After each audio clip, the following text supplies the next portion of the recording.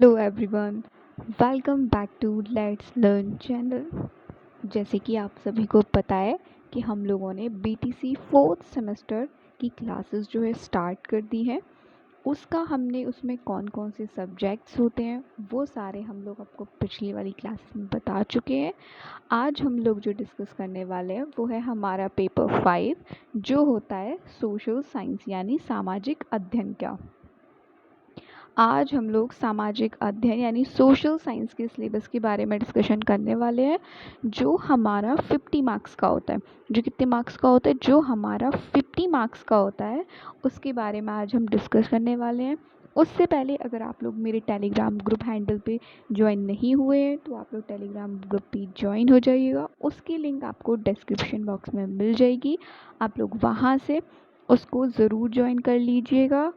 और अगर आपके कोई भी डाउट हो या फिर कोई भी क्वेरी हो तो आप लोग मुझे मेरी जीमेल पर जीमेल कर मैसेज कर सकते हैं, जो कि आपको पता है letslearn183@gmail.com के नाम से है।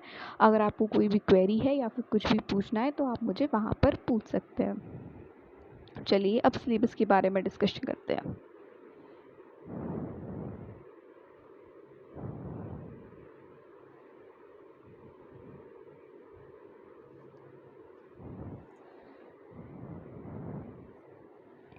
सबसे फर्स्ट सोशल साइंस का सिलेबस, उसके बारे में डिस्कशन करते हैं कि सोशल साइंस में हम लोगों को क्या क्या पढ़ना है और उसमें हमको क्या क्या चीज़ें आएंगी, उनके बारे में डिस्कशन करते हैं।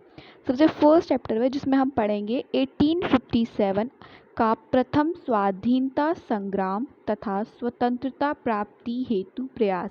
सबसे पहले हिस्ट्री में हमें जो पढ़ना है, जो 1857 की जो क्रांति थी उसका प्रथम स्वाधीनता संग्राम तथा स्वतंत्रता प्राप्ति हेतु प्रयास, यानी जो 1857 की जो क्रांति हुई थी उसमें किस तरीके से हमको स्वतंत्रता प्राप्त हुई, उसकी जो हमने किस तरीके से प्रयास किए, उन सब चीज़ों के बारे में हम इसमें पढ़ेंगे।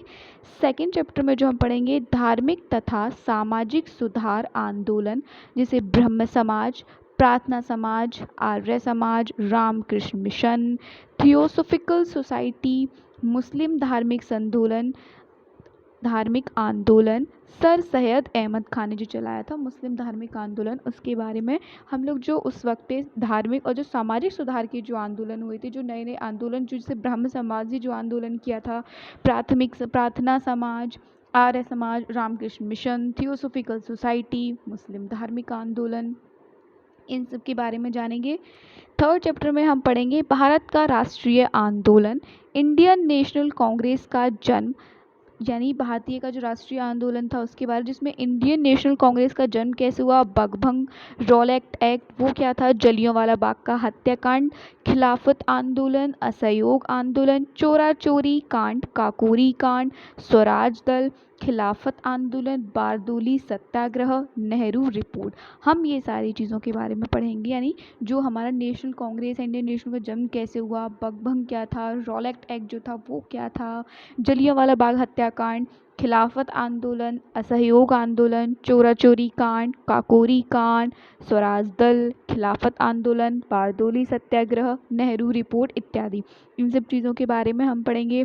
नेक्स्ट चैप्टर में जो हम पढ़ेंगे पूर्ण स्वतंत्रता की मांग, यानी जो पूर्ण स्वतंत्रता की मांग की गई थी उसके बारे में, जिन्ना की 14 शर्तें क्या थी, सवर्ण अवज्ञा आंदोलन, प्रथम गोलमेज सम्मेलन, गांधी इरविन समझौता, तृतीय गोलमेज सम्मेलन, पूना पैक्ट, भारत छोड़ो आंदोलन तथा स्वतंत्रता की प्राप्ति। यानी इतिहास में जो हमें सारी चीज़ें पढ़नी है ना, वो सारे हमको किस तरीके से स्वतंत्रता प्राप्त हुई, क्या क्या जो चीज़ें थी उन सब के बारे में पढ़ेंगे।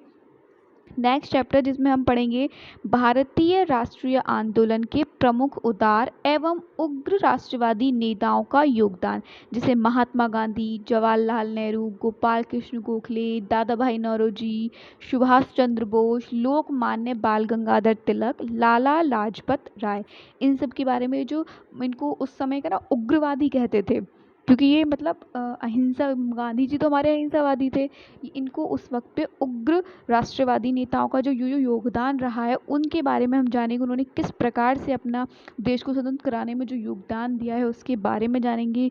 जलवायु एवं मौसम में अंतर एवं जलवायु को प्रभावित करने वाले तत्व। यानी हिस्ट्री के अंदर, हम इतिहास के अंदर जो हमने अब तक के सारे चैप्टर डिस्कशन किए उनके बारे में हमने पढ़ा। हिस्ट्री में, इतिहास में हम ये सारा पढ़ेंगे। इतिहास के बाद से आप लोगों की यहाँ से स्टार्ट होने वाली है ये ज्योग्राफी।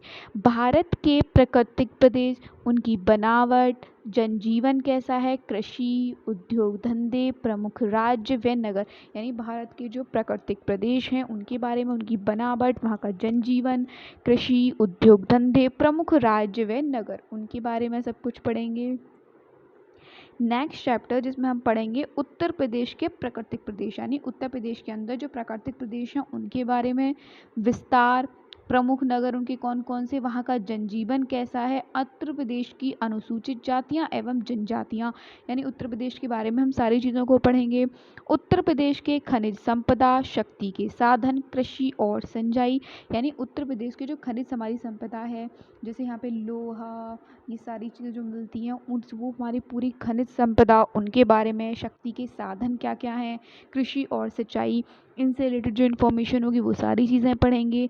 नेक्स्ट इसमें हम पढ़ेंगे उत्तर प्रदेश के प्रमुख आयात निर्यात एवं उसका हमारी अर्थव्यवस्था पर प्रभाव, ये पढ़ेंगे। नेक्स्ट चैप्टर में उत्तर प्रदेश की सांस्कृतिक विरासत, पुरातात्विक विरासत, कलाएं, मेले व त्योहार, तीर्थ स्थान, विरासत का संरक्षण।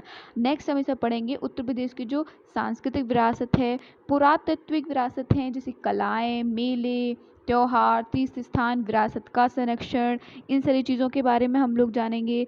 पर्यावरण प्रदूषण के बारे में, नहीं अर्थ उसके क्या क्या प्रकार होते हैं, रोका कैसे जाए, संयुक्त राष्ट्र संघ जो उसका गठन कब हुआ, अंग क्या क्या है उसके और वो कार्य क्या करती है, संयुक्त राष्ट्र संघ के बारे में पूरा पढ़ेंगे। जनगणना के बारे में पढ़ेंगे। नागरिक सुरक्षा और नागरिक सुरक्षा के बारे में हम सारी चीज़ों को पढ़ेंगे। नेक्स्ट जो हम इसमें पढ़ने वाले हैं वो हम पढ़ेंगे, नेक्स्ट चैप्टर है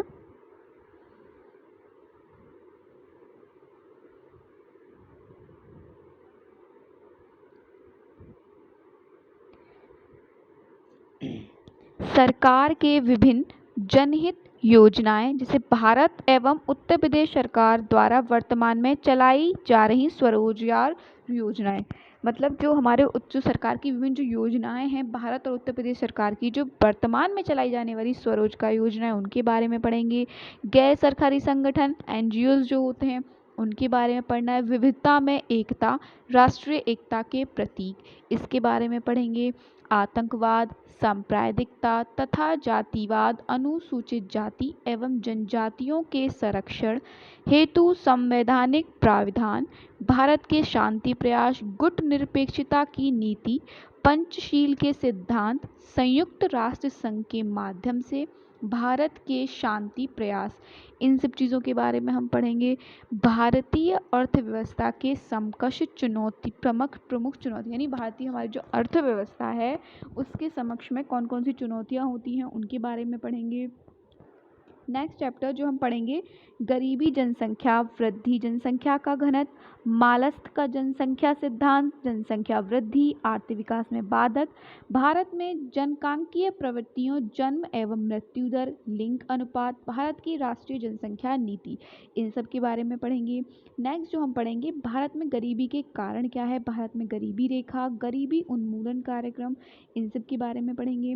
बेरोजगारी क्या होती है इसके बारे में पढ़ेंगे। प्रकार क्या है इसके, बेरोजगारी उन्मूलन पर वर्तमान में सरकार द्वारा संचालित योजनाएं कौन कौन सी हैं उनके बारे में पढ़ेंगे। साक्षरता दर के बारे में पढ़ना है। नेक्स्ट जो हम पढ़ेंगे सामाजिक अध्ययन में, भारत में खाद्य सुरक्षा एवं सार्वजनिक वितरण प्रणाली, खाद्य सुरक्षा की समस्या, सार्वजनिक वितरण प्रणाली का उद्देश्य व प्रसार, प्रांतीय खाद्य निगम, लक्षित सार्वजनिक वितरण योजना, एकीकृत बाल विकास योजना, दोपहर भोजन यानी एमडीएम, मिड डे मील जिसको कहते हैं, राष्ट्रीय खाद्य सुरक्षा विधेयक, यानी जो हमारे राष्ट्रीय खाद्य सुरक्षा विधेयक है उनके बारे में पढ़ेंगे। भूमंडलीय तथा सांख्यिकी, यानी इकोनॉमिक्स से जो आती है ना, इसमें हम पढ़ेंगे भूमंडलीय तथा सांख्यिकी, परिचय क्या है, आंकड़ों का प्रदर्शन व महत्व, समानांतर माध्यम, माध्यिका और बहुलक। ये हमारा जो हम सोशल साइंस का हमारा सिलेबस है इसमें हम ये सारी चीज़ें पढ़ने वाले हैं। तो ये हमारा डिस्कशन हो चुका है।